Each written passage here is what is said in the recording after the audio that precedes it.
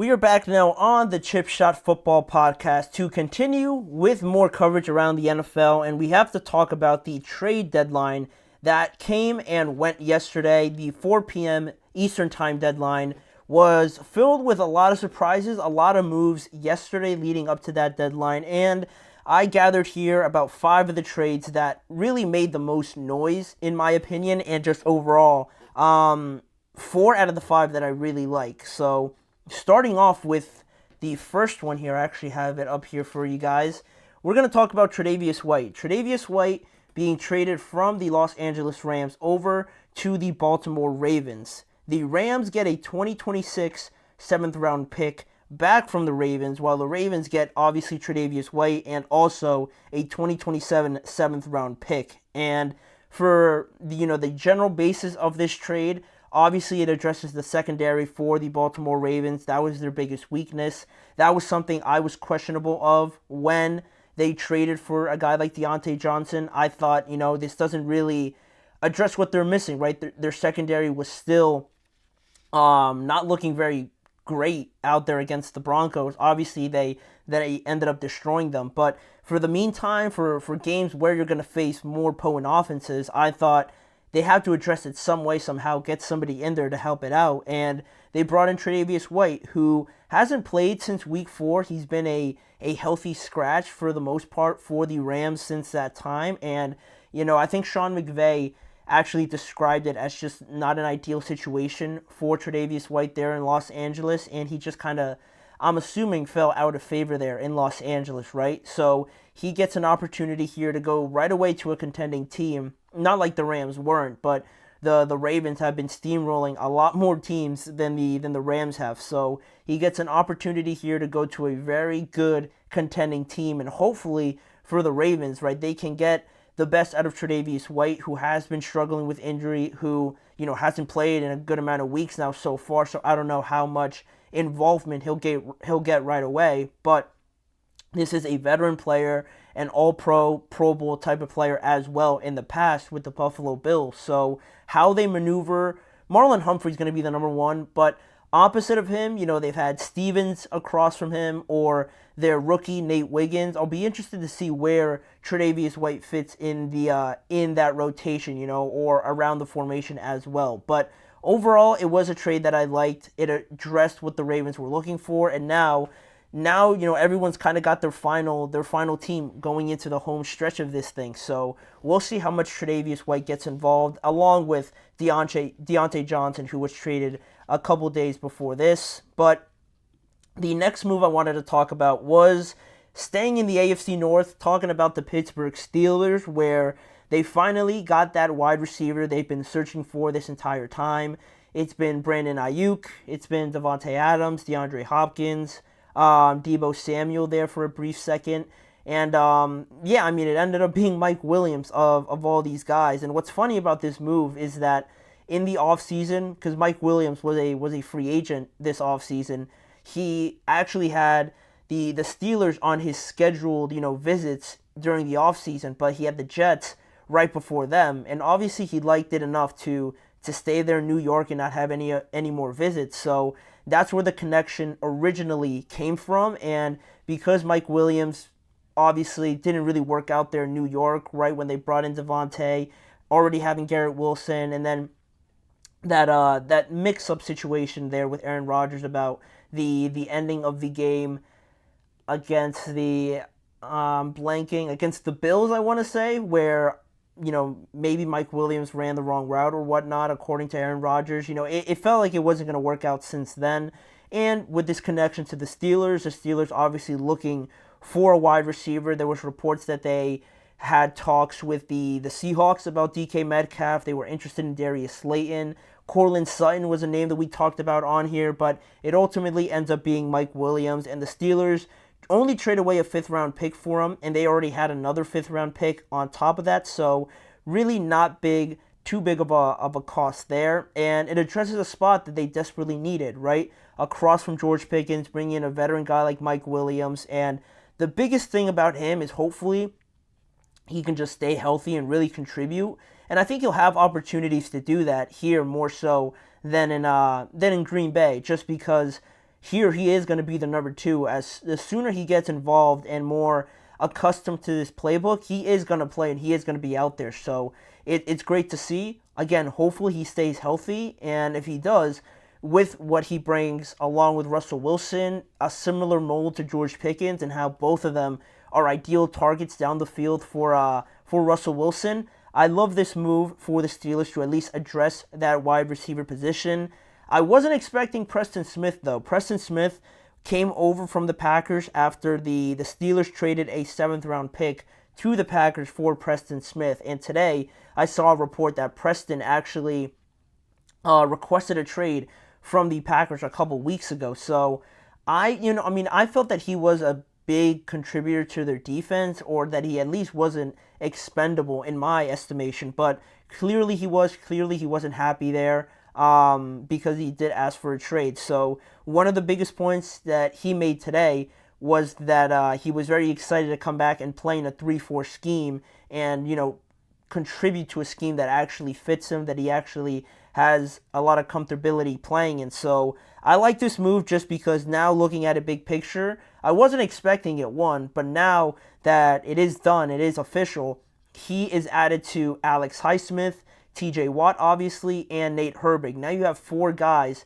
veteran guys like Preston and TJ, Alex, who's a little bit younger, and still Nick Herbig, that is very young and looking very good. Now you have 4 guys that you can rotate one package, Alex and TJ, and then once they get tired or they just need a sub real quick, you bring in Preston and Nick Herbig. So I think the Steelers did everything that they could to make this team better, and it follows the theme that we're going to get to towards the end of this segment. But I love both of these moves that the Steelers made.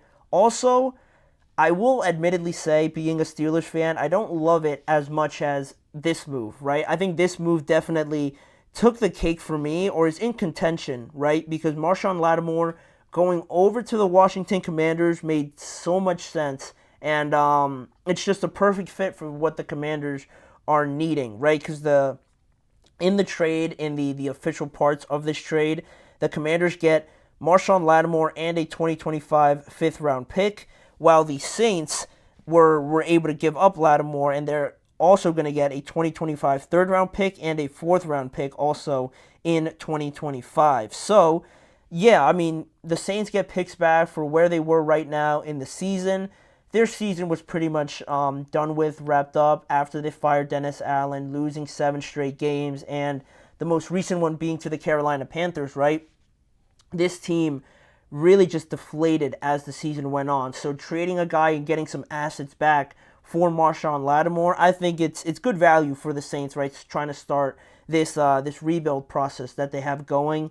And for the Commanders, right? You get a guy, a 4-time Pro Bowler who is still only 28 years old and can be pretty much, when he's healthy, be left on an island against another team's number 1 wide receiver, which allows this defense to do a lot more with any kind of blitzes that they want to run, coverages, and all sorts that you can imagine. Marshon Lattimore makes everything about this defense so much better. And I also just love it because you're getting a guy in his prime, because you're trying to win right now. So pretty much saying to everyone that they really believe in this team that they have right now, despite having a rookie quarterback, a coach in his first year with this team, a new offensive coordinator, a new GM, new everything. Despite all of that, where other teams probably would have been in a disastrous situation at this point in time, the Commanders have hit it right on the nail, or right on the head of the nail, and just excelled and exceeded a bunch of expectations this season.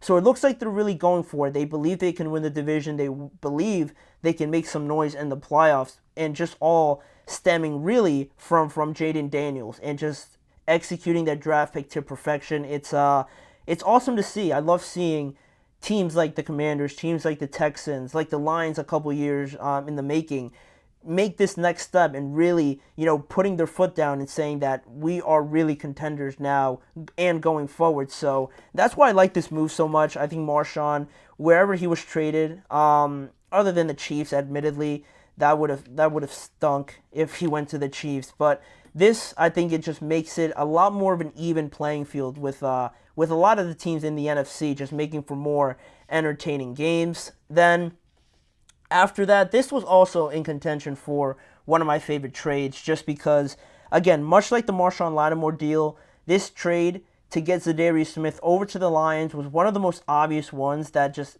kept getting talked about for the last few days, and finally became official.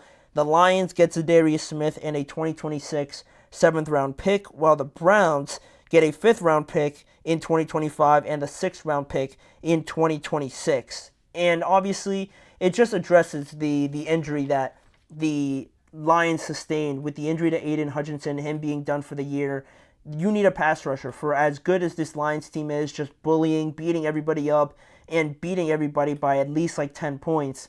You need a pass rusher, at least a decent one, a very good number 2 on your team to draw some attention in that area. Because if you have nobody, when you get to the playoffs, it really starts to make a difference between the teams that are in contention to go to the Super Bowl and some that just get left along the way. And the Lions have pretty much everything else. So getting a guy like Zadarius, a veteran guy that doesn't really cost them too much, made the most sense and finally became official over, I think this one was the first trade announced actually on Tuesday. So we got that one out of the way.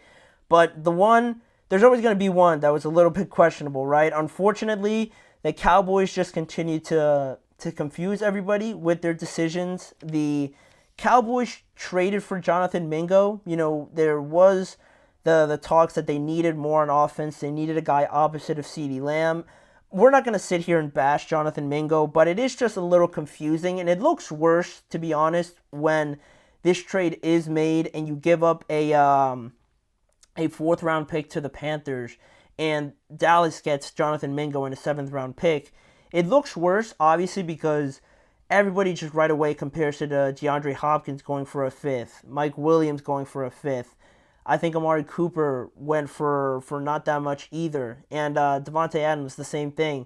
When you compare it to those guys, obviously it looks worse because, you know, Jonathan Mingo, not too many people know about him and where the Cowboys are right now. Honestly, a trade wasn't going to work anyway if they traded for, I don't know, like a guy, I don't even know. If they ended up trading for a guy like DeAndre or Amari, it wasn't going to make it any better, especially now knowing that Dak was going to probably go on IR, as Jerry Jones said. So, I mean, a trade wasn't really going to move the needle anyway. This one was just a little bit confusing. Obviously, building for the future and adding a guy like Jonathan Mingo, a young guy that's still on his rookie contract. But, I mean, it's just confusing. It's not a great move, but it doesn't really move the needle too much. If they made the move or not, it wasn't going to change my opinion anyway. So they were in a bad situation overall. So this trade was just kind of null and void. But overall, just my thoughts on these 5 trades. Like I said, I think Zadarius was my favorite trade that ended up happening, just because Marshon is dealing with a hamstring injury, and I don't want that to linger or anything like that, and hopefully it doesn't. But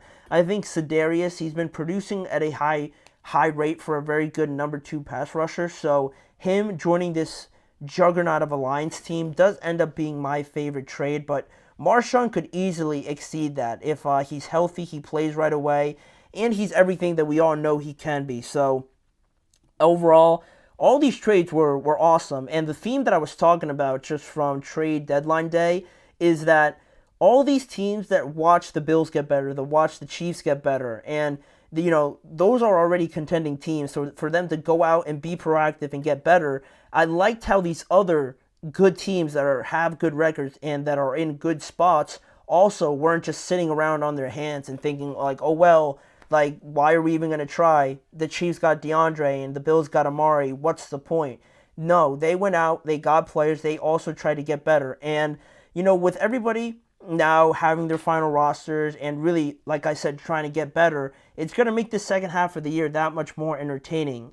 This season has felt a lot closer, a lot more competitive in a lot of these games. So now with these moves happening yesterday on the deadline, I think it's only going to get better from here. And I think that's it's kind of hard to beat what we've already seen, but I have high hopes for this second half of the year, and it's going to start in just a day from today. It's going to start tomorrow in Week 10 with a great matchup where we could see Tre'Davious White and the Ravens take on the Cincinnati Bengals, but we'll leave that off for tomorrow. But for right now, we're going to get to more of the recaps.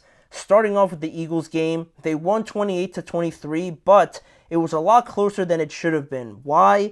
Stick around and find out when we return. You're listening to the GSMC Chip Shot Football Podcast. Looking for